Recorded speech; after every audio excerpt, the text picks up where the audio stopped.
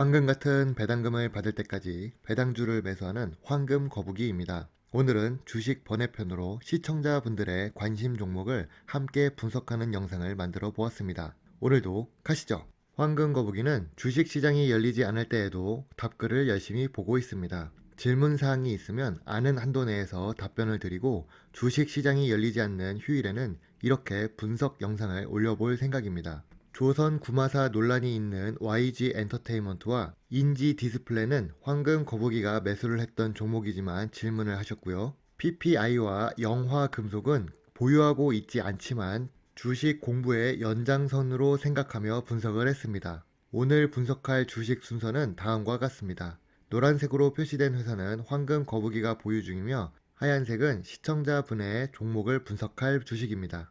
이번 주식 번외편에서 눈여겨보실 부분은 황금 거북이의 기준입니다. 물론 이 기준은 개인적인 기준이며 절대적인 부분이 아니기 때문에 투자에 참고만 하시기 바랍니다. 단기 순이익이 있는지, 부채 비율이 낮은지, 배당 지급이 있는지, 미래 성장성이 있는지를 보고 간략하게 종목을 분석했습니다. 첫 번째 종목은 YG 엔터테인먼트입니다. 황금 거북이는 TV 프로그램을 잘 보지 않아서 모르고 있었다가 뉴스를 통해 뒤늦게 알게 된 악재가 발생했습니다. 조선 구마사의 영향으로 YG 엔터테인먼트의 주가에도 분명 마이너스 요인으로 작용을 할 것입니다.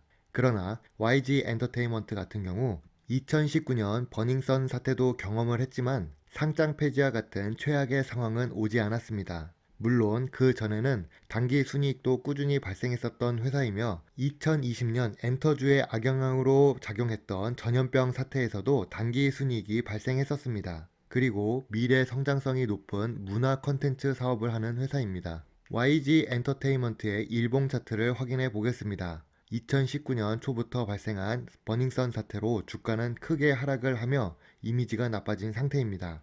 그리고 2020년 3월에도 주식시장 전체가 팬데믹에 빠지면서 하락을 했지만 24,000원을 하락 지지선이 생기면서 주가가 반등을 시작했습니다. 코스피 지수와 코스닥 지수가 동반 상승을 2021년 1월까지 큰 폭의 상승을 하며 주가는 회복을 했지만 2020년 9월 최고점을 갱신한 후 주가가 하락한 뒤 행보를 하고 있습니다. 단기적으로 조선 구마사 이슈가 발생도 했기 때문에 추가적인 하락이 생길 수 있으나 거래량이 강하게 터졌던 4만원과 35,000원이 있기 때문에 황금 거북이는 하락을 하면 추가로 매수를 하면서 대응을 할 예정입니다. 황금 거북이의 기준에 따라서 YG 엔터테인먼트를 간략하게 정리해 보겠습니다. YG 엔터테인먼트는 단기 순이익이 있고 낮은 부채 비율과 높은 유보율을 갖고 있는 회사입니다. 또한 문화 콘텐츠라는 성장성이 높은 사업을 하고 있는 회사입니다. 다만 최근 발생한 드라마 조선 구마사 논란으로 인해 단기적 하락은 감내해야 하며 배당금을 지급하지 않는 것이 조금 아쉬운 회사입니다. 그래도 강점이 더 많은 회사이기 때문에 황금 거북이는 주가가 내린다면 추가 매수를 하면서 대응을 할 예정입니다. 다음은 영화금속입니다. 영화금속은 시가총액 942억 원에 코스피 827위를 기록하고 있는 주가가 낮고 거래량이 많은 회사입니다. 우선 기업 개요를 살펴보면 영화금속은 자동차 부품을 생산하는 회사라는 것을 알 수 있습니다. 2018년과 2019년에는 단기 순이익이 있었지만 모두가 어려웠던 전염병 사태를 경험한 2020년에는 단기 순손실이 발생했습니다. 단기 순손실이 발생한 이유 중에는 매출의 40%가량 차지하고 있는 해외 매출이 줄어들었기 때문입니다. 그래도 영화금속은 최근 5년의 사업 기간 동안 2020년을 제외하고는 단기 순이익이 발생했던 회사입니다. 신기하게도 2020년 단기 순손실이 발생했지만 배당금을 지급하는 회사이기도 합니다. 영화금속을 시가총액 900억 수준의 자동차 부품 업종과 자산 총계를 그래프로 보면서 비교를 하겠습니다. 영화금속은 시가총액보다 자산 총계가 더 많은 회사이지만 다른 비교 대상 회사들 모두 시가총액보다 자산 총계가 더 많은 것을 알 수 있습니다. 영화금속은 단기 순손실이 발생했습니다. 시가총액 900억대의 자동차 부품 회사 모두 4년 연속 단기 순이익이 발생하고 있는 회사는 없지만 어려운 시기에 높은 영업이익률을 기록한 대유플러스와 많은 매출액을 기록한 한국프렌즈는 시간이 되면 추가 분석을 해볼 예정입니다. 황금 거북이의 기준에 따라 영화금속 주식회사의 강점과 약점을 비교 분석하겠습니다.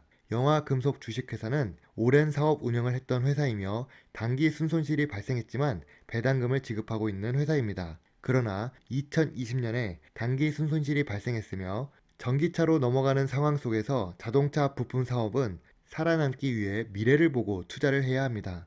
그리고 황금 거북이 기준보다 조금 높은 부채 비율을 갖고 있는 회사라고 생각합니다. 2021년에 해외 매출 부분이 회복이 되는 것을 확인하고 매출액 개선이 큰 폭으로 이루어진다면 이후에 투자를 고려할 수도 있을 것 같습니다. 다음은 인지 디스플레이입니다. 인지 디스플레이도 시가총액 1,435억 원에 코스닥 659위로 규모가 다소 작은 회사입니다. 그러나 인지 디스플레이는 매출액이 최근 5영업기간 동안 매년 증가를 하고 있습니다. 매출액만 증가되는 것이 아닌 단기 순이익 역시 증가되고 있는 중이며 황금 거북이가 좋아하는 배당금도 2016년 50원, 2017년부터 2019년까지 75원, 2020년부터는 100원으로 계단식으로 상승을 하고 있는 중입니다. 매출액도 증가하고 단기 순이익도 증가하고 배당금도 증가하는 인지 디스플레이는 2020년 8월부터 주가가 상승을 하며 거래량도 상승하기 시작했습니다. 매수를 했었던 3월 5일보다는 하락을 했지만 현재 120일 이동평균선 아래로 주가가 내려간 상태입니다. 황금 거북이는 1차로 3,100원에 2차로 2,600원으로 주가가 낮아지면 추가 매수를 하면서 대응을 할 예정입니다. 황금 거북이의 기준에 인지 디스플레이를 정리하겠습니다. 인지 디스플레이는 연속으로 단기 순이익을 기록하며 배당금이 점차 증가하는 회사입니다. 부채 비율이 보통 수준이지만 유보율이 상대적으로 높기 때문에 안정성에는 문제가 없다고 생각합니다. 자동차 부품 산업에 들어가는 인지 디스플레이는 미래 성장성을 높이려면 친환경 전기차 쪽으로도 개발을 많이 해서 매출 비중을 높여야 할 것입니다. 다음은 PPI입니다. 시가총액 550억 원에 코스닥 1234위를 하고 있습니다. 순위가 마음에 드는 회사입니다. 1, 2, 3, 4. 시가총액 규모상 소형주로 분류가 됩니다. 황금 거북이도 잘 모르는 회사이기 때문에 기업 개요부터 확인해 보겠습니다.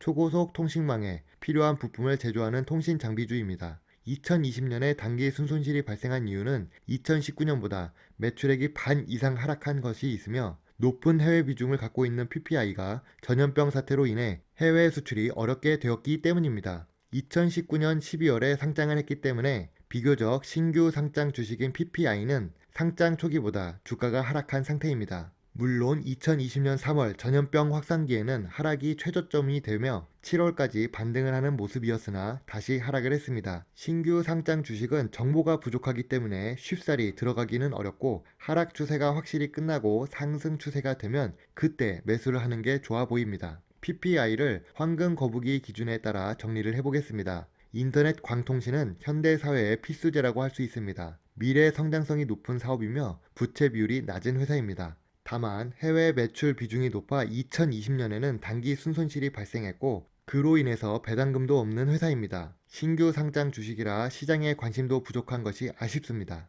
주식에 대해 궁금한 내용이 있으시면 답글을 달아주시기 바랍니다. 답글을 보고 황금 거북이가 아는 한도 내에서 답변을 하거나 시간이 괜찮다면 분석 영상을 올리도록 하겠습니다. 투자는 본인의 판단이 중요하며 제 영상을 보고 참고용으로만 사용하시길 바랍니다. 오늘도 부족한 영상이지만 끝까지 시청해주셔서 감사합니다. 구독도 함께 해주시면 더 좋은 배당주 정보를 찾는데 많은 도움이 될 수 있습니다. 감사합니다. 황금 거북이입니다.